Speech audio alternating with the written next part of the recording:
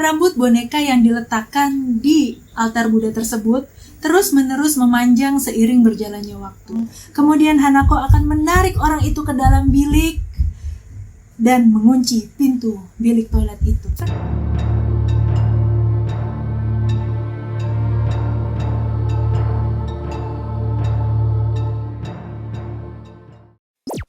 Minasan, ohayo gozaimasu. Rizu no channel ni youkoso. Minasan, terima kasih banyak ya sudah mengunjungi channel Rizu lagi kali ini. Dari minasan semua, siapa nih yang masih punya boneka? Atau dulu waktu masih kecil, minasan suka bermain dengan boneka? Nah, yang namanya boneka identik sekali dengan anak-anak perempuan. Namun tidak jarang juga ya minasan anak-anak laki yang juga suka memainkan boneka. Yang akan Rizu bahas pada hari ini adalah tentang anak-anak yang sudah tidak terlihat lagi. Maksudnya apa? Iya, tentang sosok atau arwah anak-anak yang masih saat ini masih suka bermain dan menempati tempat-tempat yang mungkin dekat dengan kita. Di manakah saja tempatnya dan bagaimanakah kisahnya? Langsung aja kita ke ceritanya. Cus. Yang pertama adalah kisah tentang arwah anak perempuan yang mendiami sebuah boneka yang cantik dan lucu di Jepang. Aduh, jadi keingetan sama kisah seorang anak perempuan yang mendiami boneka di salah satu channel yang sangat Rizu sukai ini nih. Ya, di Jepang juga ada minasan, sosok atau arwah yang menempati boneka anak perempuan yang sampai saat ini konon katanya rambut boneka itu terus-menerus memanjang. Nah, yang ini sosok anak laki-laki yang tiba-tiba masuk ke video Rizu.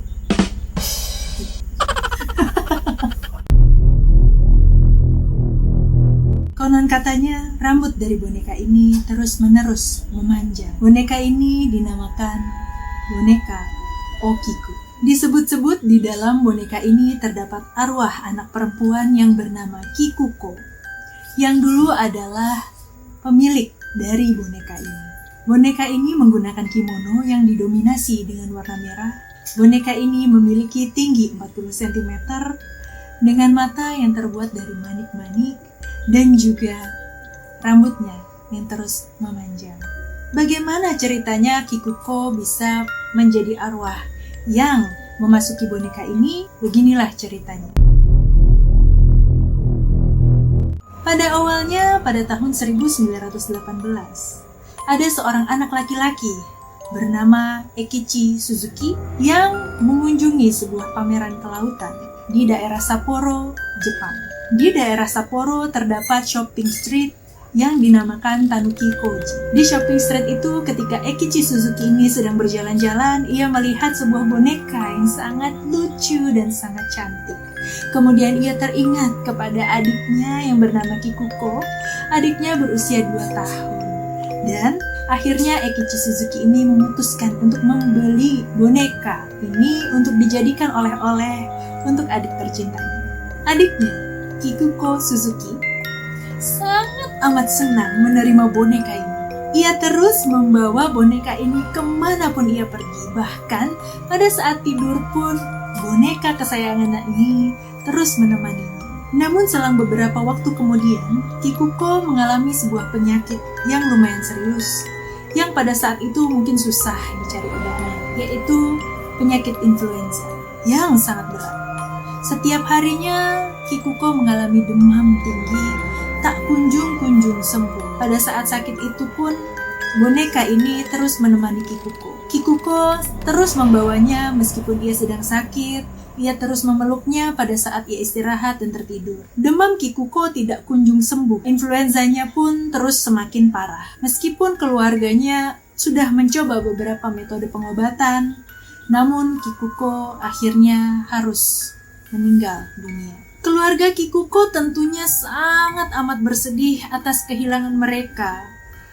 Kikuko meninggal di usia yang masih sangat belia. Oleh karena itu, keluarga Kikuko memutuskan untuk membuatkan sebuah altar Buddha untuk Kikuko.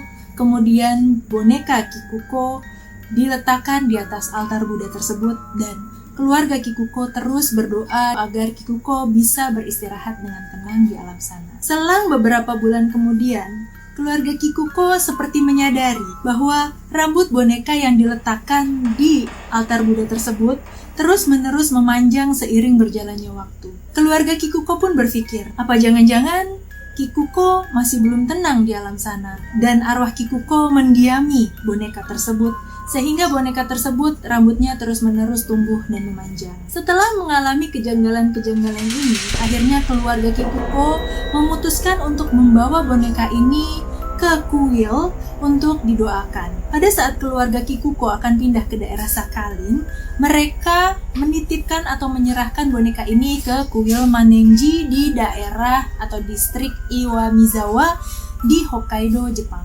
Menurut para biksu di kuil Manenji, rambut Okiku memang terus-menerus memanjang. Dan hal yang unik terjadi, ada seorang biksu yang di dalam mimpinya ia didatangi oleh Kikuko yang meminta rambutnya untuk dipotong. Dan sejak saat itu para biksu memotong rambut boneka Okiku secara berkala.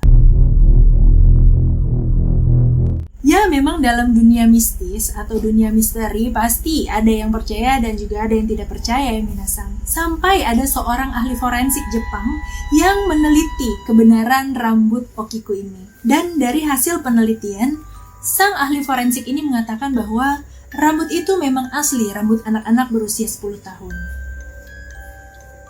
Loh, 10 tahun. Tadi Okiku atau Kikuko ini kan berusia 2 atau 3 tahun ya minasang. Kok bisa rambutnya berusia 10 tahun? Coba minasang komen di kolom komentar di bawah. Kenapa bisa ada perbedaan usia rambut seperti ini ya? Meskipun dipercaya terdapat arwah anak perempuan yang mendiami boneka Okiku ini, memang tidak pernah ada hal-hal yang mengerikan atau membahayakan yang berkaitan dengan boneka ini. Ya, mungkin arwah yang mendiami boneka ini adalah arwah anak-anak kecil yang polos dan lucu ya, minasang. Gimana menurut minasang? Komen di bawah ya. Cerita berikutnya adalah tentang sosok arwah anak perempuan yang mendiami toilet sekolah. Namanya adalah Hanako. Banyak versi tentang cerita Hanako ini minasang. Di setiap daerah berbeda-beda ceritanya. Ada yang menceritakan bahwa Hanako adalah seorang siswi perempuan di sekolah yang dibully atau diijime oleh teman-teman sekolahnya dikarenakan nilainya jelek. Dan akhirnya karena keputusasaan diijime itu, Hanako gandir di toilet sekolahnya. Ada juga yang menceritakan bahwa Hanako dulu adalah seorang anak yang jatuh dari perpustakaan sekolahnya, kemudian meninggal dan arwahnya mendiami toilet di sekolahnya. Sehingga ada kepercayaan bahwa ketika Hanako ini keluar, kita harus menunjukkan kertas ujian kita yang bernilai sempurna untuk menaklukkannya. Dan ada juga yang menceritakan bahwa Hanako-san ini adalah seorang anak perempuan yang dulu hidup ketika Perang Dunia Kedua berkecamuk. Pada saat sekolah, Hanako-san bermain dengan teman-temannya dengan permainan petak umpet. Namun ketika ia tengah bersembunyi, ada serangan udara berupa bom yang dilontarkan oleh pihak musuh ke sekolah Hanako. Dan Hanako menjadi salah satu korbannya. Sampai saat ini pun Hanako masih bersembunyi di toilet itu. Saat ini, jika ada ospek di sekolah-sekolah di Jepang atau pada saat acara camping musim panas di sekolah, tidak jarang para panitianya menjadikan pemanggilan hantu Hanako ini sebagai salah satu dari rangkaian acaranya. Kalau di kita mungkin acara jurit malamnya gitu kali ya minasang ya. Hanako-san dipercaya berada di bilik nomor 3 di toilet sekolah lantai 3 dan cara memanggilnya adalah dengan mengetuk bilik tersebut sebanyak 3 kali. Tok, tok. Dan bertanya, Hanako-san, iru kai? Dan dipercaya Hanako-san akan menjawab dengan iru yo. Setelah Hanako-san menjawab iru yo, orang yang mengetuk tadi harus membuka pintu bilik toilet tersebut dan ia akan melihat sosok Hanako berdiri di atas toilet dengan tatapannya yang kosong. Kemudian Hanako akan menarik orang itu ke dalam bilik dan mengunci pintu bilik toilet itu. Versi lain mengatakan bahwa Hanako akan keluar dari toilet tersebut dan mengejar orang yang mengetuk itu tadi Kemudian dia akan menangkapnya dan membawanya ke dalam toilet. Nah, dari cerita tadi, apakah minasang berani untuk memanggil Hanako? Apakah minasang percaya tentang cerita Hanako ini? Tulis di kolom komentar di bawah ya. Oke, gimana ceritanya minasang? Apakah cerita tadi sudah cukup membuat minasang merinding? Atau biasa aja lah, ada cerita yang lebih serem lagi apa enggak? Tulis di kolom komentar di bawah ya minasang. Bagi yang punya boneka, mungkin perlu didoain ya supaya bonekanya tidak diisi oleh makhluk-makhluk yang tidak kita inginkan. Dan kalau nanti malam minasang mau ke toilet, hati-hati ya. Ya, siapa tahu lantai toiletnya licin, kan harus hati-hati kan minasang. Dan yang pasti jangan lupa berdoa sebelum tidur dan jangan lupa berdoa sebelum masuk toilet. Oke? Ya, semoga cerita kali ini menghibur minasang semua. Semoga dengan terhiburnya minasang, imun tubuh minasang juga semakin naik gitu ya.